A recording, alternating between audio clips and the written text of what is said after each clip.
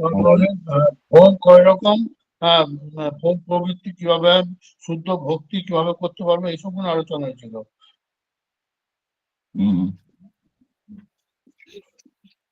আর কেউ? ধন্যবাদ। ধন্যবাদ।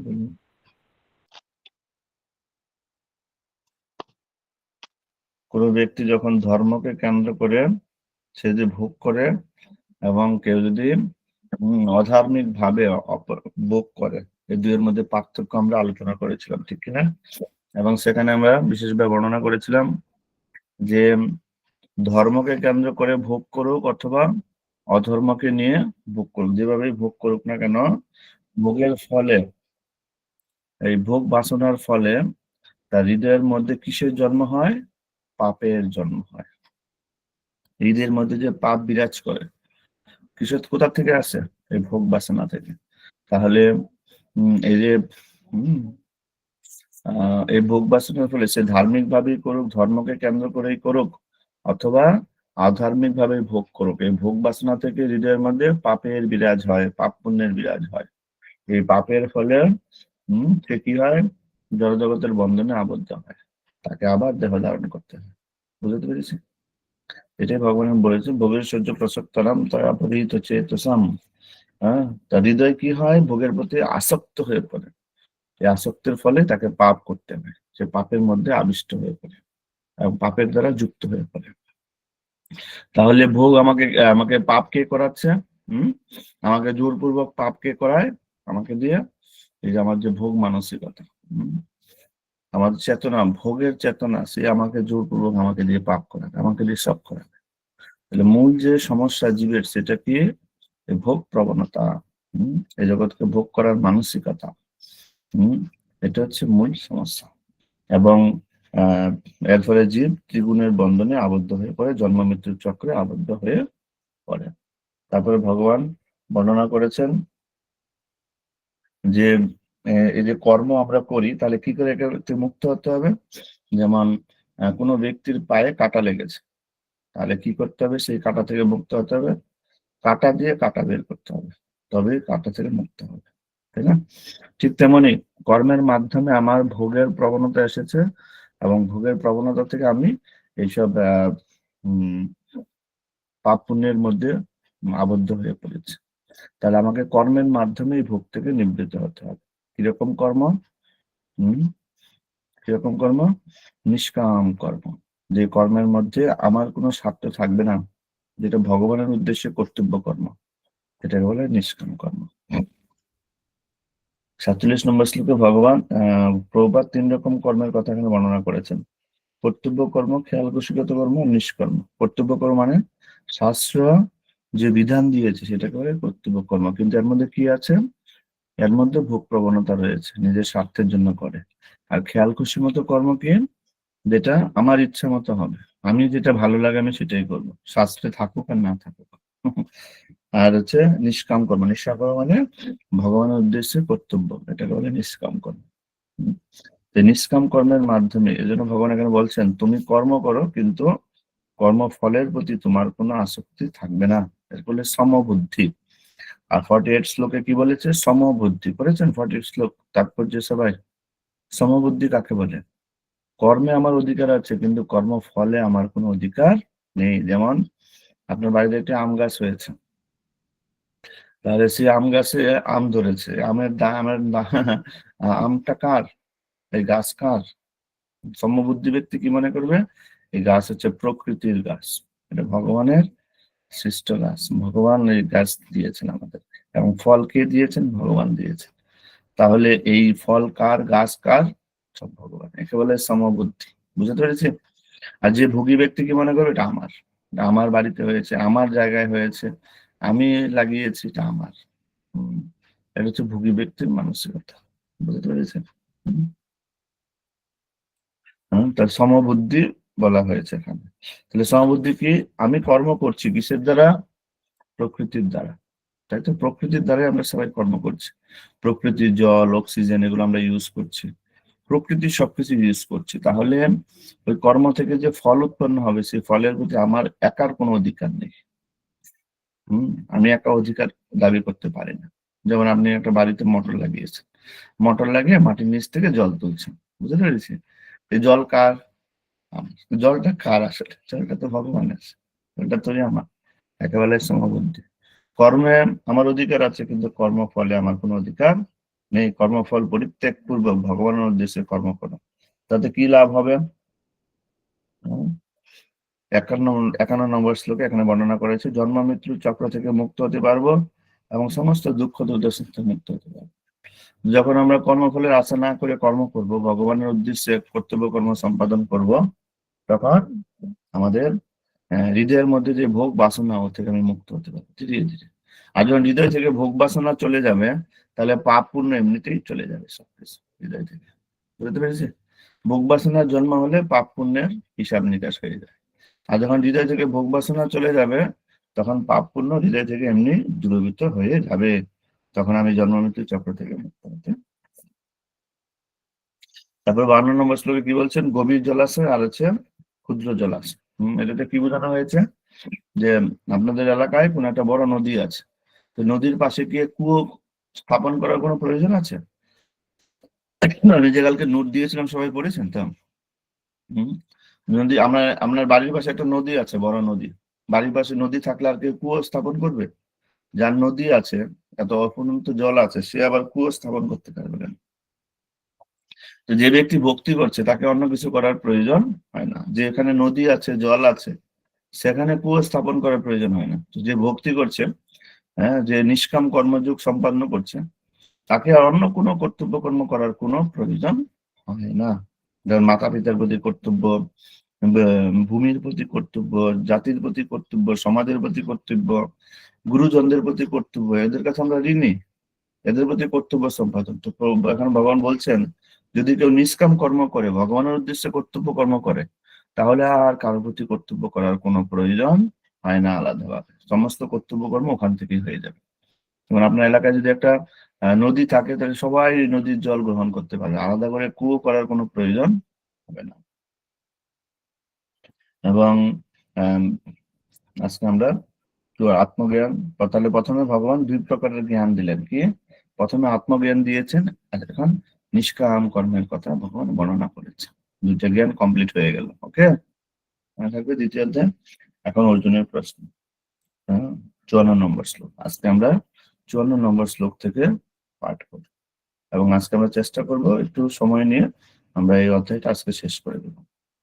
এই অধ্যায় আজকে প্রায় 4 নম্বর, না 4 নম্বর ক্লাসের অধ্যায়। ওম নমো ভগবতে বাসুদেবায়। ওম নমো ভগবতে বাসুদেবায়। ওম নমো ভগবতে বাসুদেবায়। অর্জুনয় উবাচ, স্থিতপ্রজ্ঞস্য কাবাস সমাধিস্থস্য কেশব স্থিতদি কিম প্রভাসেত কিমাসিত ব্রজেত কিম। অর্জুন জিজ্ঞাসা করলেন, হে কেশব, স্থিতপ্রজ্ঞ অর্থাৎ অচলা ভক্তি সম্পন্ন মানুষের লক্ষণ কি? তিনি কিভাবে কথা বলেন, কিভাবে অবস্থান করেন, এবং কিভাবে বা তিনি বিচরণ করেন? স্থিতপ্রজ্ঞ মানে এই যে বলছে সমবুদ্ধি বা স্থির বুদ্ধি বলা আছে। এই সমবুদ্ধি বা স্থির বুদ্ধি ব্যক্তি সম্পন্ন ব্যক্তিকে বলা হয় স্থিতপ্রজ্ঞ, যে হচ্ছে জ্ঞানী ভক্ত। এই স্থিতপ্রজ্ঞ ব্যক্তি সম্পর্কে কি জানতে চেয়েছেন? তার লক্ষণ কি, তিনি কিভাবে কথা বলেন, কিভাবে অবস্থান করেন, তিনি কিভাবে বিচরণ করেন, আমি জানতে চাই। এরকম একজন ব্যক্তি যে শুধু ভগবানের উদ্দেশ্যে কর্ম সম্পাদন করছে, কর্তব্য কর্ম করছে, সেই ব্যক্তির লক্ষণ আমি জানতে চাই। আমাকে একটু বলুন, আমি সেই ব্যক্তি সম্পর্কে আরো জানতে চাই, আমার ইচ্ছা হয়েছে, আমি সেই ব্যক্তি সম্পর্কে জানতে চাই। তো ভগবান এখানে স্থির বুদ্ধি সম্পন্ন ব্যক্তি অথবা যে জ্ঞানী ভক্ত, সমবুদ্ধি সম্পন্ন ব্যক্তি, সেই ব্যক্তির লক্ষণ ভগবান এখানে বর্ণনা করবেন। তার কি লক্ষণ থাকে, তার মনোবৃত্তি কি, প্রভুপাদ তাৎপর্য বলছেন, তার চলার ভঙ্গি, তার কথা বলার ভঙ্গি, সবকিছু বর্ণনা করবেন। আসলে স্থির বুদ্ধি সম্পন্ন ব্যক্তি হচ্ছেন শুদ্ধ ভক্ত, যিনি শুধু কেবলমাত্র ভগবানের উদ্দেশ্যে কর্তব্য কর্ম সম্পাদন করছেন। তার লক্ষণ এখানে বর্ণনা করা হবে। শ্রী ভগবান উবাচ, প্রজাহতি যদা কামান সর্বান পার্থ মনোগতান আত্মন্নবৎমানতুষ্ট স্থিত প্রজ্ঞ চ উচ্যতে। পরমেশ্বর ভগবান বলেন, হে পার্থ, জীব যখন মানসিক জল্পনা কল্পনা থেকে উদ্ভূত সমস্ত মনোগত কাম পরিত্যাগ করে এবং তার মন যখন এভাবে পবিত্র হয়ে আত্মাতেই পূর্ণ পরিতৃপ্তি লাভ করে, তখন তাকে স্থিতপ্রজ্ঞ বলা হয়। বুঝতে পেরেছেন? আপনাদের কাছে নিশ্চয়ই আছে। ঠিক আছে, তাহলে এখান থেকে 55 শ্লোকে কি বলা হয়েছে? হুম হুম তাহলে স্থিতপ্রজ্ঞ ব্যক্তির বৈশিষ্ট্য সবাই লিখুন খাতায়, সবাই খাতা বের করুন। হুম একটা একটা করে লিখুন স্থিতপ্রজ্ঞ ব্যক্তির বৈশিষ্ট্য। সবাই খাতা বের করুন, লিখুন। প্রথম, স্থিতপ্রজ্ঞ ব্যক্তির বৈশিষ্ট্য।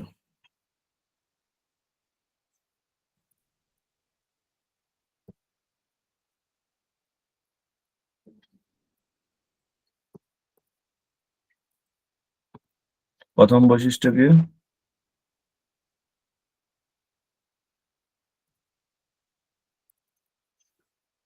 তিনি জল্পনা কল্পনা থেকে মুক্ত।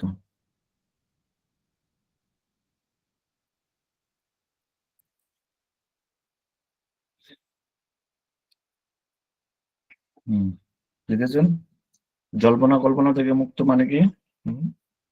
জল্পনা কল্পনা থেকে মুক্ত মানেটা কি? তার মানসিক যে সমস্ত চিন্তাধারা তিনি পরিত্যাগ করেছেন, তার ব্যক্তিগত চিন্তাধারাকে পরিত্যাগ করেছেন, তার ব্যক্তিগত ধারণাকে পরিত্যাগ করেছেন। আমাদের একটা স্বভাব কি, যেখানে যাব সেখানে আমার চিন্তাধারাকে আমি কি করে দেই? মিক্স করে দেই। আমার কি মনে হয়, আমার কি ইচ্ছা, সেগুলোকে আমি মিক্স করে দেই সব জায়গাতে। এটা এখানে বলা হয়েছে যে এই জল্পনা স্থিতপ্রজ্ঞ ব্যক্তির প্রথম লক্ষণ হচ্ছে তিনি মানসিক জল্পনা কল্পনা থেকে মুক্ত। যেন আপনি কোথাও গ্রামের লোককে নিয়ে বসেছেন, তারা যে গল্প করবে, তারা ভগবান সম্পর্কে যে ধরনের আলোচনা করবে, এগুলো কি সব মানসিক জল্পনা কল্পনা। অর্জুন যে যুক্তিগুলো দিয়েছিল, যে যুদ্ধের সম্পর্কে তার যে দৃষ্টি, এসবই মানসিক জল্পনা কল্পনা। মানুষের যে আচরণ, সেটা সব মানসিক জল্পনা কল্পনা থেকে। মানুষের চিন্তা ভাবনা সবকিছু মানসিক জল্পনা কল্পনা। স্বাস্থ্যের সঙ্গে তার কোনো মিল নেই। এমনকি বর্তমান যে হিন্দু সমাজ, সেটা পুরোটাই মানসিক জল্পনা কল্পনা থেকে সৃষ্টি। এই হিন্দু সমাজের না কোনো ভগবানকে জানার কোনো ইচ্ছা বা ভগবানকে নিয়ে কোনো কিছু আছে, এরকম কিছু নেই। সবাই বিভ্রান্ত অবস্থায় পড়ে গেছে হিন্দু সমাজে। মানসিক জল্পনা কল্পনা। এই এলাকার ধর্ম আলাদা, ওই এলাকার ধর্ম আলাদা। হ্যাঁ, পুরো ধর্মটাই পরিবর্তন হয়ে গেছে মনে হচ্ছে। ভগবত গীতা শ্রীমদ ভাগবতের সাথে কোনো মিল নেই। সবাই নিজের ইচ্ছা মতো ধর্ম করছে, যে যেরকম পাচ্ছে সে সেরকম ধর্ম করছে। মানসিক জল্পনা কল্পনা থেকে সৃষ্টি সমস্ত ধর্ম। এর কোনো বর্ণনা কোথাও নেই। কোথাও দেখাতে পারবে না যে এই জায়গায় এই সিস্টেমটা আছে। নিজে যা ভালো লাগে তাই করছে, মানসিক জল্পনা কল্পনা থেকে।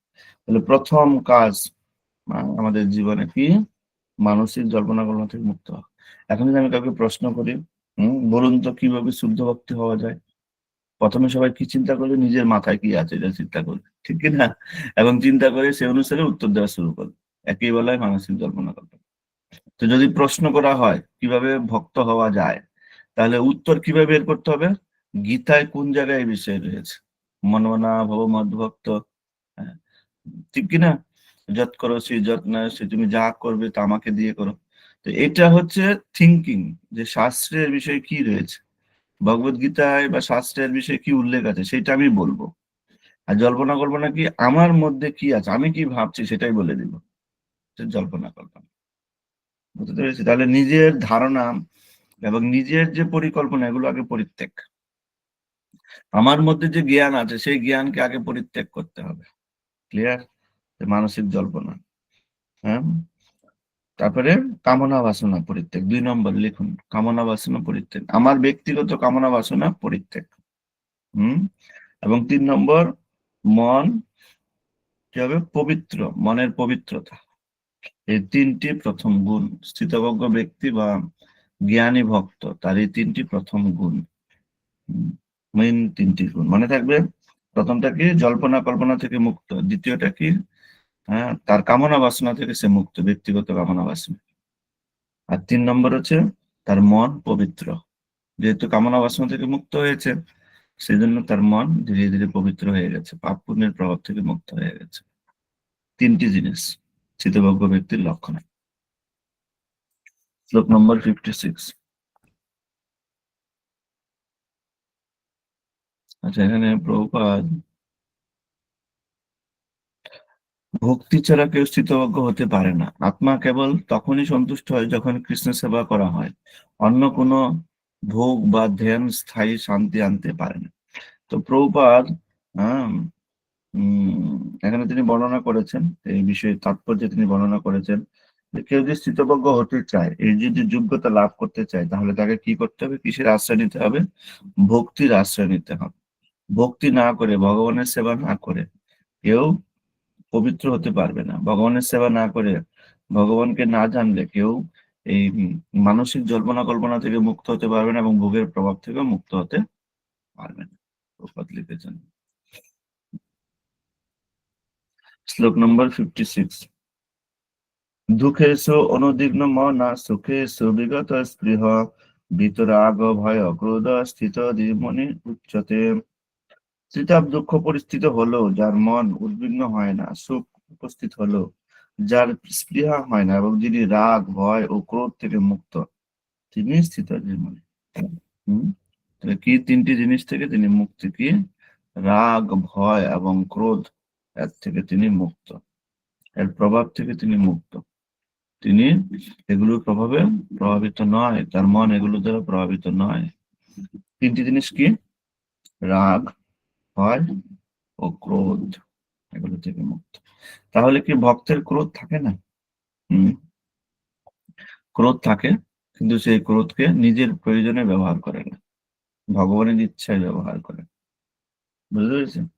ভয়, ভক্তের ভয় থাকে না? থাকে, কিন্তু ভক্তের ভয়টা কিরকম?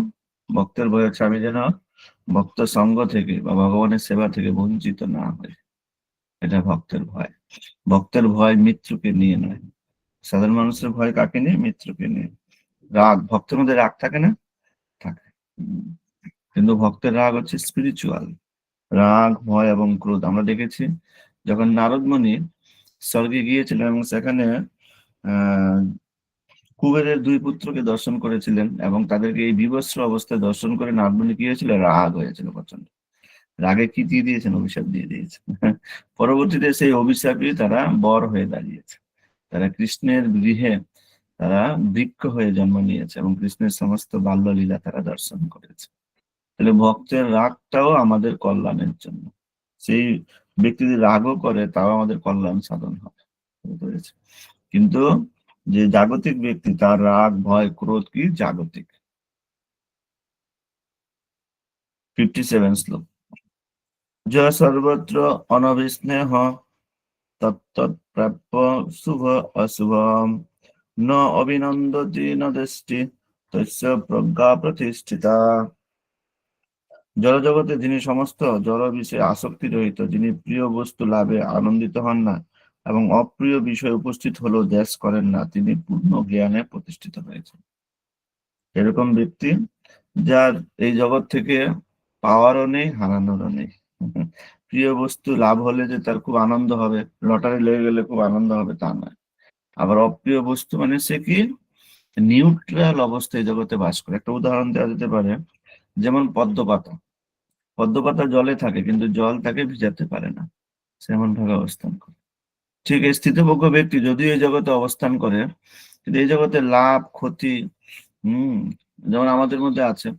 আমরা যদি ভালো খেতে পারি, ভালো জায়গায় কোথাও সম্মান পাই, তাহলে আমরা এর দ্বারা প্রভাবিত হই। কিন্তু স্থিতপ্রজ্ঞ ব্যক্তি কখনো প্রভাবিত হয় না। সে ভালো খাক অথবা যাই হোক না কেন, হ্যাঁ হম কোথাও ভালো খেতে হলো, কোথাও ভালো সম্মান দিল, কোথাও ভালো দক্ষিণা দিল, সে এর দ্বারা প্রভাবিত নয়। সম্পূর্ণরূপে সে এর থেকে, এই প্রভাব থেকে মুক্ত। ভালো মন্দের যে প্রভাব, হ্যাঁ, যে তার জিজ্ঞেস করে কেমন আছেন, সে কখনো বলবে না যে আমি খুব ভালো আছি, আমি খুব খারাপ আছি, আমার খুব দুঃখ, এরকম কিছু বলবে না। সে বলবে কৃষ্ণের কৃপায় চলে যাচ্ছে। তার কাছে ভালো মন্দের যে বিচার, সেই বিচারটা তিনি উপলব্ধি করেন না। তিনি উপলব্ধি করেন তার ভালো মন্দের বিচারটা কিসের উপর ভিত্তি করে? আমি আজকে কৃষ্ণের সেবা করতে পেরেছি, আমি আজকে কৃষ্ণের নাম করতে পেরেছি কিনা, এটি হচ্ছে আমার ভালো মন্দের বিচার। এরকম ভাবে তিনি বিচার করেন। আর জাগতিক মানুষ ভালো মন্দ কিসের দ্বারা বিচার করেন? আমি আজকে কত পেলাম, কি পেলাম, আমার কি লাভ হলো, এগুলোর দ্বারা ভালো মন্দ বিচার করে। দুটো ভিন্ন জিনিস এখানে ভালো মন্দ বিচার করা। হ্যাঁ, তারপরে একটা 58 শ্লোকে এখানে একটা উদাহরণ দেওয়া হয়েছে। কিসের উদাহরণ? কুর্ম। কুর্ম হচ্ছে কচ্ছপ। কচ্ছপের উদাহরণ দেওয়া হয়েছে। যেমন কচ্ছপ তার হাত পা গুলো ভিতরে রেখে দেয়। যখন প্রয়োজন হবে কচ্ছপ কি করে? তখন তার হাত পা গুলো বের করে ভিতর থেকে।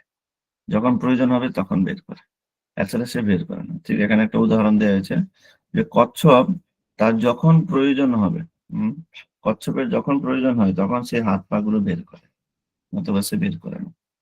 যখন খাবারের প্রয়োজন হবে তখন সে ভিতর থেকে মুখ বের করবে। হ্যাঁ, এগুলো প্রয়োজন ছাড়া বের করে না। ঠিক তেমন স্থিতপ্রজ্ঞ ব্যক্তি তার প্রয়োজন ছাড়া সে কোনো কিছু গ্রহণ করে না, যতটুকু প্রয়োজন। হ্যাঁ, মানুষের স্বভাব কি? সাধারণ মানুষের স্বভাব সঞ্চয় করার স্বভাব।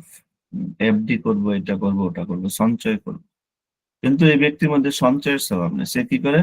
যা অতিরিক্ত কিছু আসলে অন্য কাউকে দান করে দেয়। তার কাছে অতিরিক্ত কিছু আসলে কাউকে দান করে দেয়। তার মধ্যে সঞ্চয়ের ব্যাপার নেই। তার যখন খিদে পাবে তখনই সে খাবারের চিন্তা করবে। সে সবসময় খাবারের চিন্তা করবে না, সকালে কি খাবো, দুপুরে কি খাবো, রাতে কি খাবো, তারপরের দিন কি খাবো। এরকম চিন্তা তার নেই।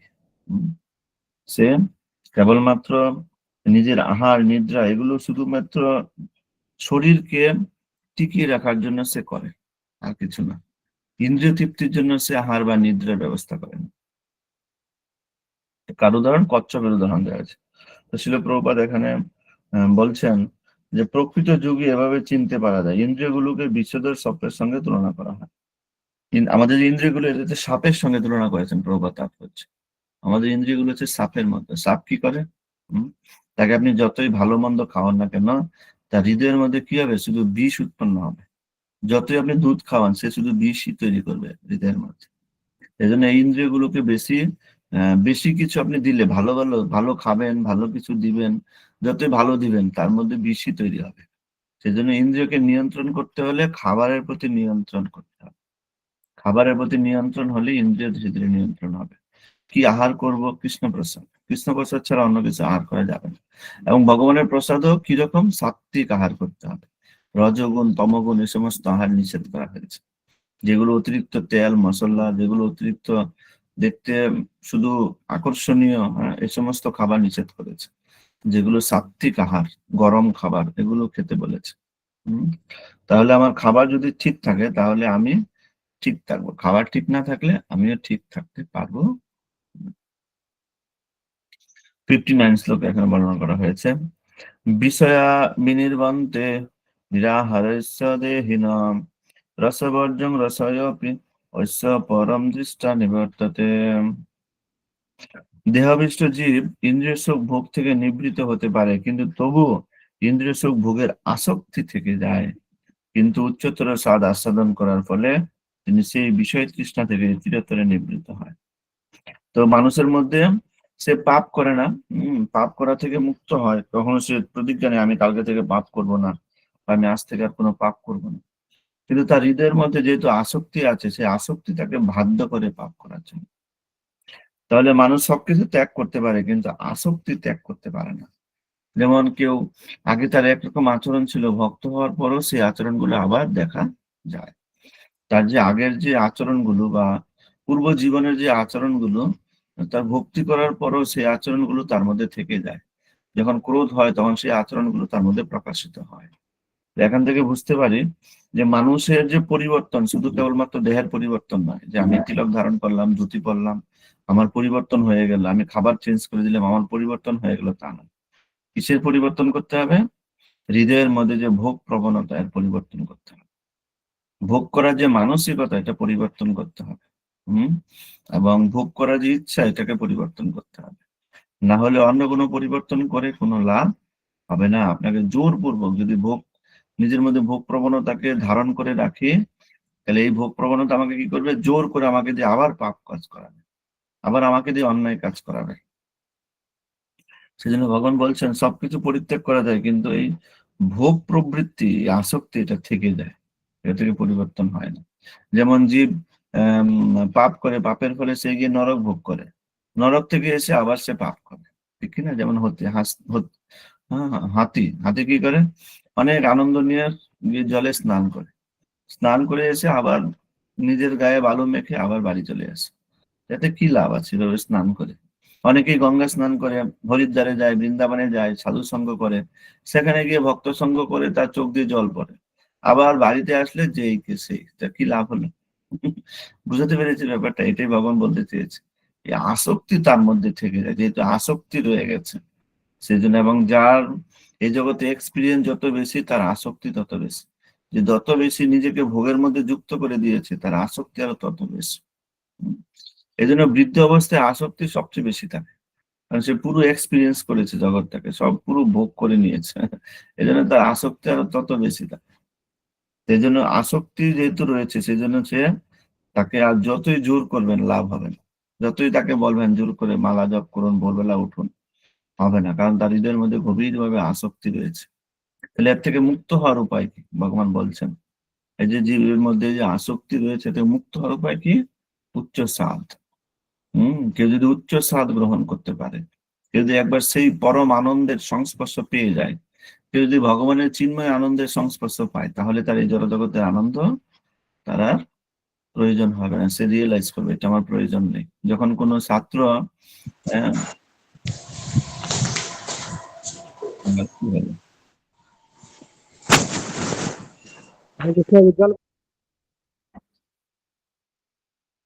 যখন কোনো ব্যক্তি সেই ব্যক্তি যখন ভালো খাবার খাওয়ার সুযোগ পায়, উন্নত খাবার পাওয়ার সুযোগ পায়, তখন আর সে রাস্তায় দাঁড়িয়ে খাবে কিনে? কখনোই খাবে না।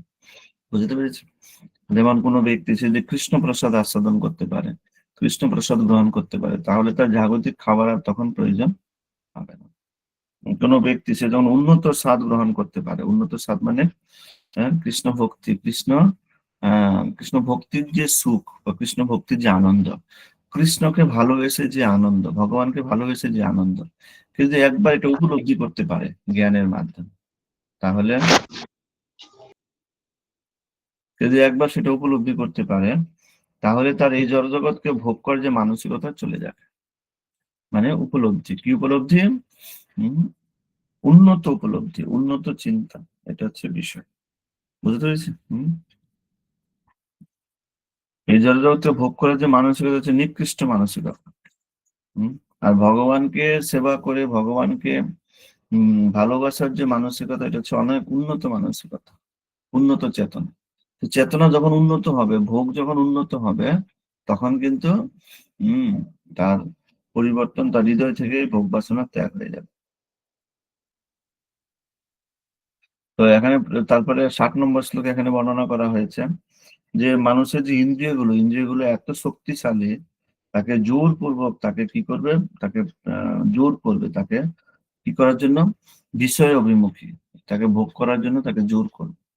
তাহলে আমাদেরকে যে জোর করা হচ্ছে, ভোগ করার জন্য জোর করে প্রবৃত্ত করা হচ্ছে, আমাদেরকে যে জোরে পাপ করানো হচ্ছে, আসলে কি, কোথা থেকে এটা আসে?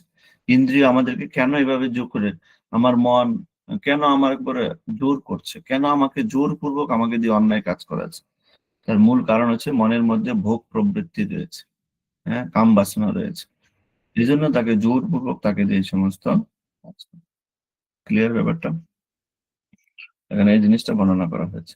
তানি সর্বাণি সংযম্য যুক্ত আসিত মৎপর বসহি যশেন্দ্রিয়ানি তস্য প্রজ্ঞা প্রতিষ্ঠিতা। যিনি তার ইন্দ্রিয়গুলোকে সম্পূর্ণরূপে সংযত করে আমার প্রতি উত্তম ভক্তিপরায়ণ হয়ে তার ইন্দ্রিয়গুলোকে সম্পূর্ণ বশীভূত করেছেন, তিনি স্থিতপ্রজ্ঞ। এই দ্বিতীয় স্থিতপ্রজ্ঞের একটা সংজ্ঞা দিয়েছেন, যে ভক্তি করার মাধ্যমে তার হৃদয়কে, তার মনকে পূর্ণরূপে মনকে বশীভূত করেছেন, তবেই সে স্থিতপ্রজ্ঞ। মন যতক্ষণ পর্যন্ত ভগবানের সেবার জন্য উন্মুখ না হবে, ততক্ষণ পর্যন্ত বুঝতে হবে আমার মধ্যে বিষয় বাসনা রয়েছে। মন স্বতঃস্ফূর্ত ভাবে ভগবানের সেবা করার জন্য, মন স্বতঃস্ফূর্ত ভাবে ভগবানকে পাওয়ার জন্য, ভগবানের কৃপা লাভ করার জন্য মন স্বতঃস্ফূর্ত ভাবে কি হবে? উদ্দীপন তৈরি হবে। তার মানে বুঝতে হবে আমার মন থেকে কামনা বাসনা দূর হয়েছে। আর যতক্ষণ পর্যন্ত মন স্বাভাবিক ভাবে সে ভগবানের জন্য কিছু করতে চাইবে না, তখন বুঝতে হবে তার মনের মধ্যে আসক্তি রয়েছে। এজন্য অনেকে আছে ভক্ত হওয়ার পরে সে তার পূর্ব আশ্রমের নিয়ম কানুন গুলো ত্যাগ করতে পারে না। যেমন কাউকে অপমান করে কথা বলা, চিৎকার করে কথা বলা, এবং কাউকে অসম্মান করা, এই সমস্ত ব্যাপারগুলো, এবং কূটনীতি করা, রাজনৈতিক মনোভাব, এগুলো সে ত্যাগ করতে পারে না। কেন? তার আগে এই স্বভাবটা তার মধ্যে ছিল। যেহেতু ত্যাগ করতে পারছে না, সেজন্য তার দ্বারা কি হয়ে যাচ্ছে? অপরাধ হয়ে যাচ্ছে, অপরাধের মধ্যে যুক্ত হয়ে যাচ্ছে দিন দিন।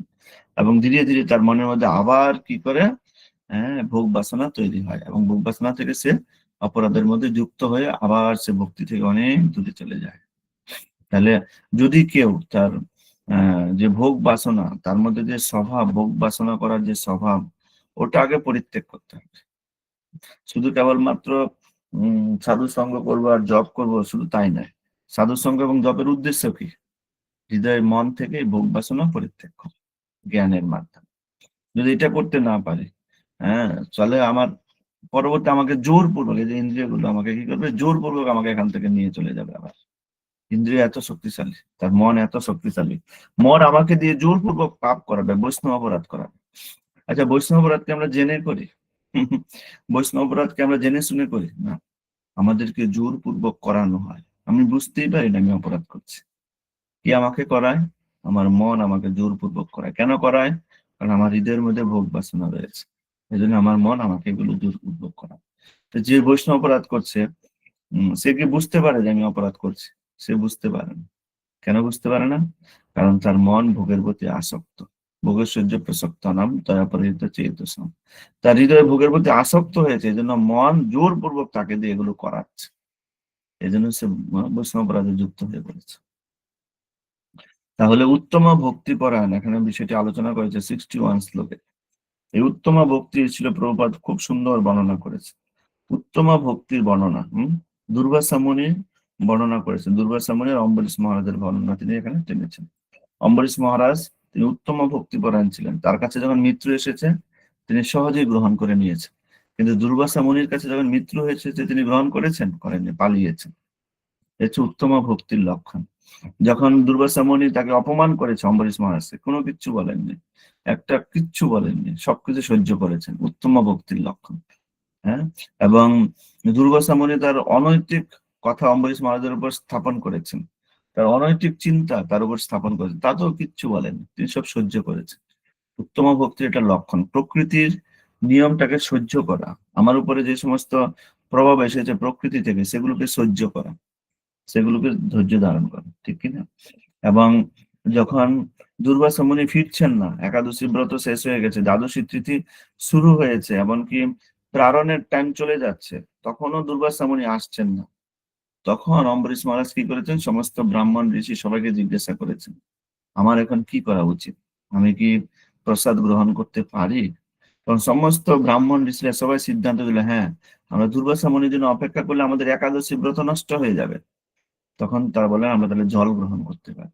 সবার অনুমতি নিয়ে অম্বরীশ মহারাজ জল গ্রহণ করেছিলেন। তাহলে উত্তম ভক্তিপরায়ণ ব্যক্তি, সে কারো না কারো অনুগত থাকে সবসময়, সে অনুগত হয়ে ভক্তি করে, এটা লক্ষণ। এই জন্য আমাদের এই সিস্টেমটার নাম হচ্ছে রূপানুগ ধারা। আমরা যে ধারায় ভক্তি করছি, এর ধারার নাম হচ্ছে রূপানুগ ধারা। এই রূপানুগ ধারায় কি সিস্টেম? আমি গুরুর প্রতি পূর্ণরূপে নির্ভরশীল, বৈষ্ণবদের উপর নির্ভরশীল, আমি অনুগত থাকবো, এটা হচ্ছে এই ধারা। বুঝতে পেরেছেন? যেখানে প্রভুপাদ এই অম্বরীশ মহারাজের উদাহরণটি টেনেছেন, আপনারা বিশেষ করে এটা পড়ে নেবেন। আরেকটি প্রভুপাদ বলছেন, কখনো কখনো আগুনের দৃষ্টান্ত দেওয়া হয়। একটি আগুনের শিখা যেমন একটি ঘরের মধ্যে সবকিছু পুড়িয়ে ফেলতে পারে, তেমনি যোগীর হৃদয়ে অবস্থিত ভগবান শ্রীবিষ্ণু তার অন্তরে থেকে সবকিছু কলুষিত দহন করে। তাহলে ভক্তিকে এখানে কিসের সঙ্গে তুলনা করেছেন? আগুনের সঙ্গে। আগুন যেরকম সবকিছু পুড়িয়ে ফেলতে পারে, কেউ যদি উত্তম ভক্তি সম্পাদন করে, তার হৃদয়ের মধ্যে যত কামনা বাসনা রয়েছে, যত পাপ রয়েছে, সবকিছু নিমিষে পুড়ে ছাই হয়ে যাবে, সবকিছু। বুঝতে পেরেছেন? তারপর প্রভুপাদ এখানে বলতে চাইছেন যে কেউ যদি ভক্তি সম্পাদন করে, তাহলেই সে কামনা বাসনা থেকে মুক্ত হতে পারে। যদি কেউ কৃষ্ণ সেবা না করে, ভক্তি সম্পাদন না করে, তাহলে সে কামনা বাসনা থেকে মুক্ত হতে পারবে না। সে আবার পাপ কাজে যুক্ত হতে হবে। তাহলে কিরকম ভক্তি করতে হবে? ভোরবেলা উঠে ভগবানের দিব্য নাম জপ করতে হবে, ভোরবেলা উঠে ভগবানের শরণাগত হতে হবে। এইভাবে যে ভক্তি করবে, নিয়মিত শাস্ত্র অধ্যয়ন করতে হবে, গুরুর তত্ত্বাবধানে জীবনযাপন করতে হবে, তিনটি বিষয়। এইভাবে যে ভক্তি করবে, ধীরে ধীরে সে তার যে মনে হৃদয়ের মধ্যে যে পাপ বাসনা রয়েছে, হৃদয়ের মধ্যে যে কামনা বাসনা রয়েছে, ভোগ বাসনা রয়েছে, তাহলে সে ধীরে ধীরে মুক্ত হতে পারবে। বুঝতে পেরেছি? ভক্তি না করলে কেউ পারবে না, কৃত্রিম ভাবে এটা সম্ভব না। উন্নত স্বাদ গ্রহণ করতে হবে, ভগবানের সঙ্গে যুক্ত হতে হবে, ভগবানের কৃপা লাভ করতে হবে, ভগবানের কৃপার জন্য অপেক্ষা করতে হবে, তবেই তার হৃদয় থেকে কামনা বাসনা দূর হবে, নতুবা দূর হবে না। ছিল প্রপাত এটাই বোঝাতে চেয়েছে। তারপরে 62 থেকে 63 শ্লোকে কিভাবে জীব এই জড়জগতের বন্ধনে আবদ্ধ হয়, কিভাবে ইন্দ্রিয়ের শক্তি, ইন্দ্রিয়ের প্রভাবে সে বিষয়ের দ্বারা আসক্ত হতে শুরু করে, এই বিষয়টা এখানে বর্ণনা করা হয়েছে। তো আপনারা এই বিষয়টাকে একটা ড্রয়িং করতে পারেন, এবং ড্রয়িং করে বিষয়টাকে বোঝানো যাবে কিভাবে জীব এই জগতের বন্ধনে আসক্ত হচ্ছে। এখানে দেখানো হয়েছে যে প্রথমে কি হয়, আসক্তি জন্মায় হৃদয়ের মধ্যে। আসক্তি থেকে কি উৎপন্ন হয়? কাম উৎপন্ন হয় আসক্তি থেকে। এখানে এই জিনিসটা দেখানো হয়েছে, আসক্তি থেকে কাম উৎপন্ন হয়। এরপরে কি, কাম যদি বাধাপ্রাপ্ত হয় তাহলে কি হয়? ক্রোধ উৎপন্ন হয়। আর ক্রোধ হলে উম সম্মোহ মানে মোহ তৈরি হয়। তারপর ওখান থেকে স্মৃতি বিভ্রম হয়, স্মৃতি বিভ্রম থেকে বুদ্ধিনাশ, আর বুদ্ধিনাশ থেকে সর্বনাশ, বুদ্ধিনাশ হয়। ঠিক কিনা? যেমন জয়দ্রথ যখন দেখলো যে অর্জুন সে সূর্যাস্তের মধ্যে আহ জয়দ্রথকে ধরতে পারেন, তখন সকলে বলছে যে সূর্যাস্ত হয়ে গেছে, তাহলে অর্জুন তুমি এবার আগুনের মধ্যে প্রবেশ করো, তুমি প্রতিজ্ঞা করেছি, তুমি যে সন্ধ্যার আগে, সূর্যাস্তের আগে জয়দ্রথকে হত্যা করতে না পারো, মারতে না পারো, তাহলে তুমি আগুনে প্রবেশ করবে। তাহলে তুমি আগুনে প্রবেশ করো, এবং অর্জুন ধনু ত্যাগ করেছে, আগুন প্রজ্বলন করা হয়েছে, অর্জুন আগুনে প্রবেশ করবে, সবাই হাসছে। আর জয়দ্রথ তখন পিছন থেকে বেরিয়ে আসছে, কিসের জন্য? অর্জুন যে আগুনে প্রবেশ করবে তার মৃত্যুটাকে দর্শন করার জন্য। কি হয়েছে? অন্তিমকালে বুদ্ধি নাশ হয়ে গেল। আর সে এসছে অর্জুনের শেষ কিবা, অর্জুন যে অগ্নিতে প্রবেশ করবে সেটা দর্শন করার জন্য এসেছে, বুদ্ধি নাশ। তো যখন কোনো ব্যক্তির বুদ্ধি নাশ হয়ে যায়, তার অধঃপতন নিমিষের মধ্যে হবে। তাহলে বুদ্ধি নাশ কি করে হয়? মানুষের হৃদয়ের মধ্যে যে কাম ভাবনা, সেখান থেকে বুদ্ধি নাশ হয়। এই কাম ভাবনায় তাকে বুদ্ধি নাশ করে, তার বুদ্ধিটাকে নষ্ট করে দেয়। তাহলে কাম বাসনা কিভাবে তাহলে জোরপূর্বক তাকে অধঃপতনের দিকে ঠেলে দেয়। এই জন্য কোনো ব্যক্তির অনেক বিদ্যা বুদ্ধি আছে, জ্ঞান আছে, অনেক লেখাপড়া জানে, কিন্তু তার হৃদয়ের মধ্যে যদি কাম বাসনা থাকে, তাহলে সেই বিদ্যা বুদ্ধি জ্ঞান সে কোন কাজে ব্যবহার করবে? নিজের স্বার্থের কাজে ব্যবহার করবে। মানে এখানে একটা ট্রোল হয়েছে যে ডাক্তার সে কি করে টেরোরিস্ট হয়। বড় বড় ডাক্তার তারা কি করে টেরোরিস্ট হচ্ছে? এত জ্ঞান, ইংলিশে লেকচার দিচ্ছে, ইংলিশে বুঝাচ্ছে, এত জ্ঞান, এবং সে মানুষের চিকিৎসা করছে। সাধারণত জ্ঞানী না, যে অনেক জ্ঞানী ব্যক্তি, সে অনেক লেখাপড়া শিখেছে, তার হৃদয়ের মধ্যে কি করে টেরোরিস্ট বাধা করছে? কি করে টেরোরিস্ট তার হৃদয়ের মধ্যে বাধা এসেছে? এটা এখানে বলছেন, তার হৃদয়ের মধ্যে কি আছে? কাম বাসনা আছে। সেজন্য সেই কাম বাসনা তাকে এই জায়গায় নিয়ে এসেছে।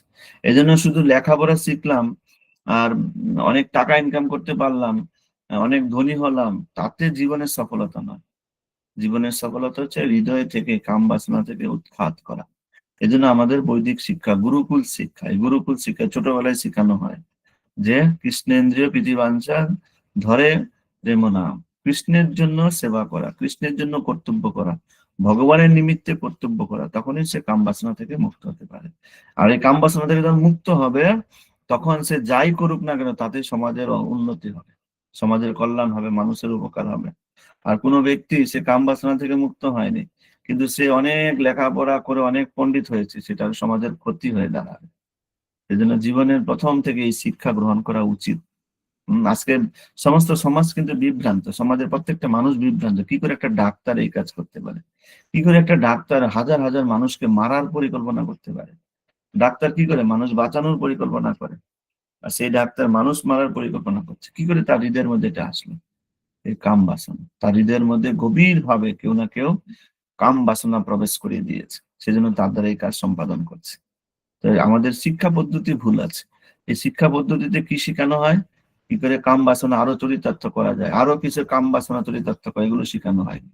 তো যার ফলে যে সমস্ত ব্যক্তিকে এগুলো শেখানো হবে, সেই ব্যক্তি কখনো সমাজের কল্যাণ করতে পারে না। কারণ এই জন্য আমাদের শিক্ষা কি? কি করে আমি কাম বাসনা থেকে মুক্ত হব, কি করে আমি ভগবানের নিমিত্তে কর্ম করবো, এটা আমাদের বৈদিক শিক্ষা। যখন কেউ ভগবানের নিমিত্তে কর্ম সম্পাদন করে কাম বাসনা পরিত্যাগ পূর্বক, তখনই সে কেবলমাত্র এই প্রবলেম থেকে মুক্ত হতে পারে। 64 নম্বর শ্লোকে এখানে বর্ণনা করা হয়েছে যে স্বাভাবিক আসক্তি, অপ্রিয় বস্তুতে স্বাভাবিক বিদ্বেষ, বশীভূত ইন্দ্রিয় ভগবত অনুসরণ করে ভগবানের কৃপা লাভ করে।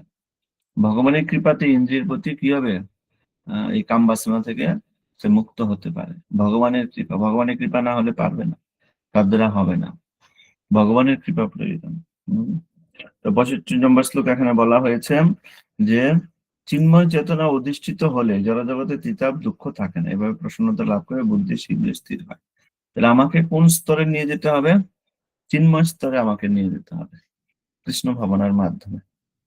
যদি কৃষ্ণ ভাবনার মাধ্যমে আমি চিন্ময় স্তরে পৌঁছাতে না পারি, তাহলে এই জড়জগতের যে কাম বাসনা এবং মনের যে চঞ্চলতা, এটা আমাকে কি করবে, বারবার আমাকে আঘাত করবে, বারবার আঘাত করবে। যেরকম আপনি এক জায়গায় বসে আছেন এবং বারবার আপনাকে মশা কামড় দেওয়ার চেষ্টা করছে, তাহলে কি করবেন? শান্তিতে বসতে পারবেন? বারবার মশা এসে আপনাকে কামড়াচ্ছে, শান্তিতে বসতে পারবেন না। বুঝতে পেরেছি? এবার যদি আপনি একটা মশারি নিয়ে তার ভিতরে বসে থাকেন, তাহলে যতই মশা থাকুক কোনো ডিস্টার্ব কেউ করতে পারবে না। ঠিক এই মশাটা হচ্ছে কৃষ্ণ ভাবনাময়। কৃষ্ণ ভাবনাময় বুদ্ধির দ্বারা যখন আমি নিজেকে আশ্রয় করে নিব, তখন আমাকে আর কেউ ডিস্টার্ব করতে পারবে না। ন সূচতি ন কাঙ্ক্ষতি, তখন আমার হৃদয়ের মধ্যে কোনো অনুসূচনা নেই, কোনো কামনা বাসনা নেই। তখন আমি পূর্ণ শান্তি ভাবে এই হৃদয়ের মধ্যে বাস করতে পারবো, তখন আমি সুখে বাস করতে পারবো। বুঝতে পেরেছেন? তাহলে এখানে ভগবান বলছেন কৃষ্ণ ভাবনার মাধ্যমে যতক্ষণ না চিন্ময় চেতনা অধিষ্ঠিত হতে পারছে, ততক্ষণ পর্যন্ত আমি এই জড়জগতের দুঃখ দুর্দশার দ্বারা প্রভাবিত হব। আমি যদি দুঃখ দুর্দশা থেকে মুক্ত হতে চাই, আমাকে চিন্ময় চেতনায় আসতে হবে কৃষ্ণ ভাবনার মাধ্যমে। 66 নম্বর শ্লোক এখানে বলছেন যে ব্যক্তি কৃষ্ণ ভাবনা যুক্ত নয়, তার চিত্ত সংযত নয়, তার পারমার্থিক বুদ্ধি থাকতে পারে না, আর পারমার্থিক চিন্তা শূন্য ব্যক্তির শান্তি লাভের কোন সম্ভাবনা নেই, কোন রকম শান্তি সুখ কিছুই পাবে না। ন চা ভাবয়ত শান্তির শান্তিস্য কুত সুখম, সে কোথা থেকে শান্তি পাবে? কোথা থেকে সে শান্তি লাভ করবে? তার হৃদয়ের মধ্যে আগুন জ্বলছে। কিসের আগুন?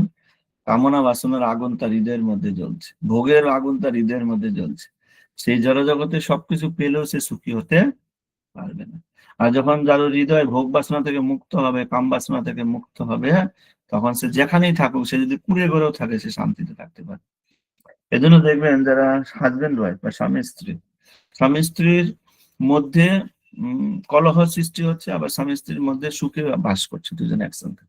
এটা কিন্তু ধনী গরিবের সাথে কোনো সম্পর্ক নেই। এমন নয় ধনী ব্যক্তিরা তারা হাজবেন্ড ওয়াইফ খুব ভালো আছে আর গরিবরা খারাপ আছে, তা না। এটা কিসের উপর নির্ভরশীল? দুজনের মধ্যে কামনা বাসনা। এই দুজনের মধ্যে কামনা বাসনা যদি পরস্পরের প্রতি কেন্দ্রীভূত হয়, ভগবানকে কেন্দ্র করে হয় দুজনের কামনা বাসনা, তাহলে তারা খুব শান্তিতে একসঙ্গে বসবাস করতে পারে। আর দুজনের মধ্যে কামনা বাসনা যদি বিপরীত হয়, হ্যাঁ, ওয়াইফের কামনা বাসনা আলাদা, হাজবেন্ডের কামনা বাসনা আলাদা, তাহলে একসঙ্গে তারা থাকতে পারবে না, একত্রে বসবাস করতে পারবে না। বুঝতে পেরেছে? এজন্য কামনা বাসনার উপর ভিত্তি করছে তাদের একত্রে থাকার ব্যাপারটা, শান্তিতে থাকার ব্যাপারটা, কখন শান্তিতে থাকতে পারবে। এই জন্য মাতাজিদের বিশেষ করে তাদেরকে বুদ্ধি দেওয়া হয় তারা যেন ভগবানের সেবায় যুক্ত থাকে সবসময়। মাতাজি যদি ভগবানের সেবায় যুক্ত থাকে, তাহলে কামনা বাসনা তাকে কন্ট্রোল করতে পারবে। আর পুরুষদেরকে যুক্তি দেওয়া হয় তারা যেন শাস্ত্র অধ্যয়ন করে বেশি। তাহলে একজন শাস্ত্র অধ্যয়ন করবে, একজন ভগবানের সেবা করবে, তাহলে তাদের কামনা বাসনাটা ভগবানকে কেন্দ্র করে হবে, তখন তারা শান্তিতে একসঙ্গে বাস করতে পারে। যেমন আগের দিনের মানুষ, আজ থেকে 20 বছর 25 বছর আগে, তারা দেখবেন যে তারা ভগবানকে কেন্দ্র করে জীবনযাপন করত, সেজন্য তারা শান্তিতে বাস করতে পারত। 5 ভাই 6 ভাই একসঙ্গে থাকতো, কোনো সমস্যা ছিল না, ঠিক না? তারা সবাই একত্রে বাস করত, তারা সবাই একত্রে, তারা ভোরবেলা হলেই ভগবানের সেবা করত, পূজা করত। কিন্তু এই সংস্কৃতিটা এখন নষ্ট হয়ে গেছে। এখন ভোরবেলা হলেই মানুষ আগে মোবাইল দেখে, আগে ফেসবুক দেখবে, রাতে ঘুমাতে গেলে ফেসবুক দেখবে, সারাদিন শুধু মোবাইলে বসে রিল দেখবে। যেহেতু তাদের হৃদয়ের মধ্যে গভীর কামনা বাসনা যুক্ত হয়েছে, এই জন্য দেখবেন দুইটা মানুষ একসঙ্গে শান্তিতে থাকতে পারছেন, বসে থাকতে পারছেন, তাদের মধ্যে কলহ সৃষ্টি হচ্ছে, তাই না? শ্লোক নম্বর 66 এখানে বলা হয়েছে, এখানে প্রতিকূল বায়ু নৌকাতে যেমন অস্থির হয়, তেমন সদা আচরণকারী যে কোনো একটি মাত্র ইন্দ্রিয়ের আকর্ষণীয় মন অসংযত ব্যক্তির প্রজ্ঞাকে হরণ করতে পারে। নৌকার সঙ্গে তুলনা করা হয়েছে। নৌকা দুই দিকে চলে, একটা প্রতিকূল বায়ু, একটা অনুকূল বায়ু। তো প্রতিকূল বায়ুতে যখন নৌকা চলবে, তাহলে সেই নৌকা কি করে তাকে নিয়ে যাওয়া অনেক কঠিন হবে, অনেক কষ্ট হবে। কিন্তু যে নৌকা অনুকূল বায়ুতে চলবে, সেই নৌকাকে গন্তব্যে নিয়ে যাওয়া ইজি, কোনো সমস্যা নেই।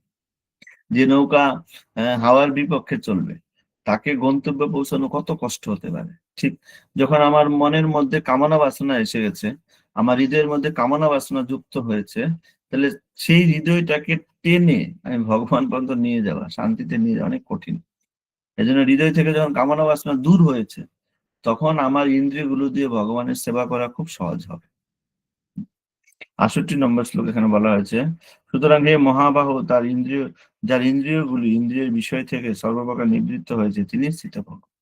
3 নম্বর স্টেটমেন্ট ভগবান দিয়েছেন কি, ইন্দ্রিয়ের বিষয় থেকে ইন্দ্রিয়গুলো মুক্ত হয়েছে। আমরা আলোচনা করেছিলাম, মনে আছে? ইন্দ্রিয়ের বিষয় কি? ইন্দ্রিয়ের বিষয় কি আলোচনা করেছিলাম, মনে আছে? ইন্দ্রিয়ের বিষয়গুলো কি? রূপ, রস, শব্দ, গন্ধ, স্পর্শ, এই 5টা হচ্ছে ইন্দ্রিয়ের বিষয়। এগুলোর প্রতি তো আমরা ধাবিত হচ্ছি কিসের জন্য? কামনা বাসনার জন্য। যে এইগুলোর প্রতি ধাবিত না হয়ে ভগবানের প্রতি ধাবিত হয়েছে, ভগবানকে জানার জন্য ধাবিত হয়েছে, তিনি হচ্ছে স্থিতপ্রজ্ঞ। 69 শ্লোকে এখানে বলছেন, সমস্ত জীবের পক্ষে যা রাত্রি স্বরূপ স্থিতপ্রজ্ঞ, সেই রাত্রিতে জাগরিত হয়ে আত্মবুদ্ধিনিষ্ঠ আনন্দকে সাক্ষাৎ অনুভব করেন। আর যখন সমস্ত জীবেরা জেগে থাকে, তখন তত্ত্বদর্শী মনির নিকট তার রাত্রি স্বরূপ। সবাই কখন এনজয় করতে চায়? রাতে। আর ভক্ত কখন ঘুমায়? রাতে। আর সবাই এনজয় করে কখন? ভোরবেলা ঘুমের মধ্যে থেকে এনজয় করে। আর ভক্ত ভোরবেলা ঘুম থেকে উঠে ভগবানের নাম করে।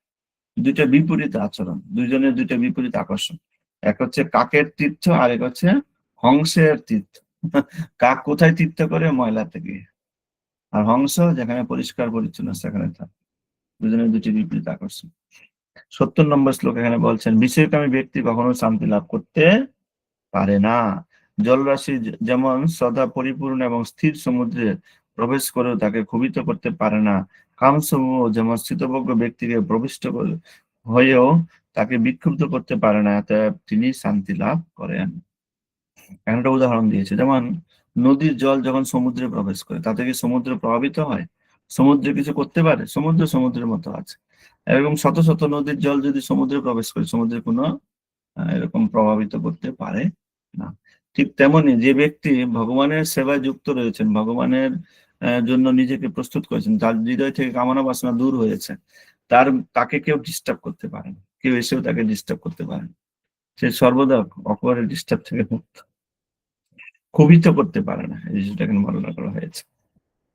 আর যার মনের মধ্যে কাম বাসনা রয়েছে, ভোগ করার মানসিকতা রয়েছে, তাকে যদি একবার বলবেন যে আপনার নামে উনি এই কথা বলেছে, কোনো বিচার আচার না করে, কোনো কিছু চিন্তা না করে আমার নামে বলেছে, তাকে আমি শেষ করছি। সে অল্পতেই সে বিরক্ত হয়ে পড়ে, অল্পতেই সে প্রভাবিত হয়ে পড়ে। যে কারণ তার কারো কাছ থেকে কিছু শুনলেই সে প্রভাবিত হয়ে যায়। কেন? কারণ তার হৃদয়ের মধ্যে অনেক কামনা বাসনা রয়েছে। আর যে কামনা বাসনা থেকে মুক্ত, তাকে অনেক চেষ্টা করেও তাকে প্রভাবিত করা যায়। 71 নম্বর শ্লোকে বলছে, যে ব্যক্তি সমস্ত কামনা বাসনা পরিত্যাগ করে জড় বিজয়ের প্রতি নিষ্ক্রিয়, নিরহংকার ও মমত্ব বোধ রহিত বিচরণ করেন, তিনি প্রকৃত শান্তি লাভ করেন। তাহলে শান্তি আর অশান্তি দুটোর পার্থক্য কি? অশান্তি হচ্ছে যার হৃদয়ের মধ্যে অনেক কামনা বাসনা রয়েছে, সে হচ্ছে অশান্ত সে ব্যক্তি। আর শান্তকে যার হৃদয় থেকে কামনা বাসনা যুক্ত হয়েছে, যে কৃষ্ণ ভাবনাময় যুক্ত হয়েছে, কামনা বাসনা থেকে মুক্ত হয়েছে, কৃষ্ণ ভাবনায় যুক্ত হয়েছে, ভক্তি করছে, তিনি শান্ত হয়ে থাকতে পারে। এই যে স্থিতি, একেবারে ব্রহ্মস্থিতি, 72 শ্লোকে এখানে বর্ণনা করা হয়েছে। ব্রহ্মস্থিতি লিখুন খাতায়। এই ব্রহ্মস্থিতির কথা, ব্রাহ্মী স্থিতির কথা এখানে বর্ণনা করা হয়েছে। এই জীবনের স্থিতি কোন স্থিতি? সে কামনা বাসনা এবং ইন্দ্রিয়ের প্রভাব থেকে মুক্ত হয়ে বা কৃষ্ণ ভাবনামার মাধ্যমে যিনি এই ইন্দ্রিয়ের যে আকর্ষণ, এর থেকে মুক্ত হয়েছেন, ভোগের আকর্ষণ থেকে মুক্ত হয়েছেন, তিনি হচ্ছেন ব্রাহ্মী স্থিতি। এই স্থিতিতে যে আসতে পারবে, সেই মোহ থেকে মুক্ত হয়েছে এবং তিনি ভগবদ্ধামে ফিরে যেতে পারবেন। না হলে কেউ ভগবদ্ধামে ফিরে যেতে পারবে না, এখানে বর্ণনা করা হয়েছে। ভগবানের ধামে যাওয়ার জন্য তো একটা কোয়ালিফিকেশন লাগবে নাকি? ভগবদ্ধামে ফিরে যাওয়ার জন্য তো কোয়ালিফিকেশন লাগবে। এখানে কিন্তু ভগবান বলেনি যে যে কেবলমাত্র হরিনাম করবে, যে জপ করবে সেই ভগবদ্ধামে যাবে, তা না। অনেকে আছে যে হরিনাম জপ করে আবার অপরাধও করে দুইটাই করে, দুধও খাবো তামাকও খাবো, দুইটাই করে। এজন্য যোগ্যতা কি?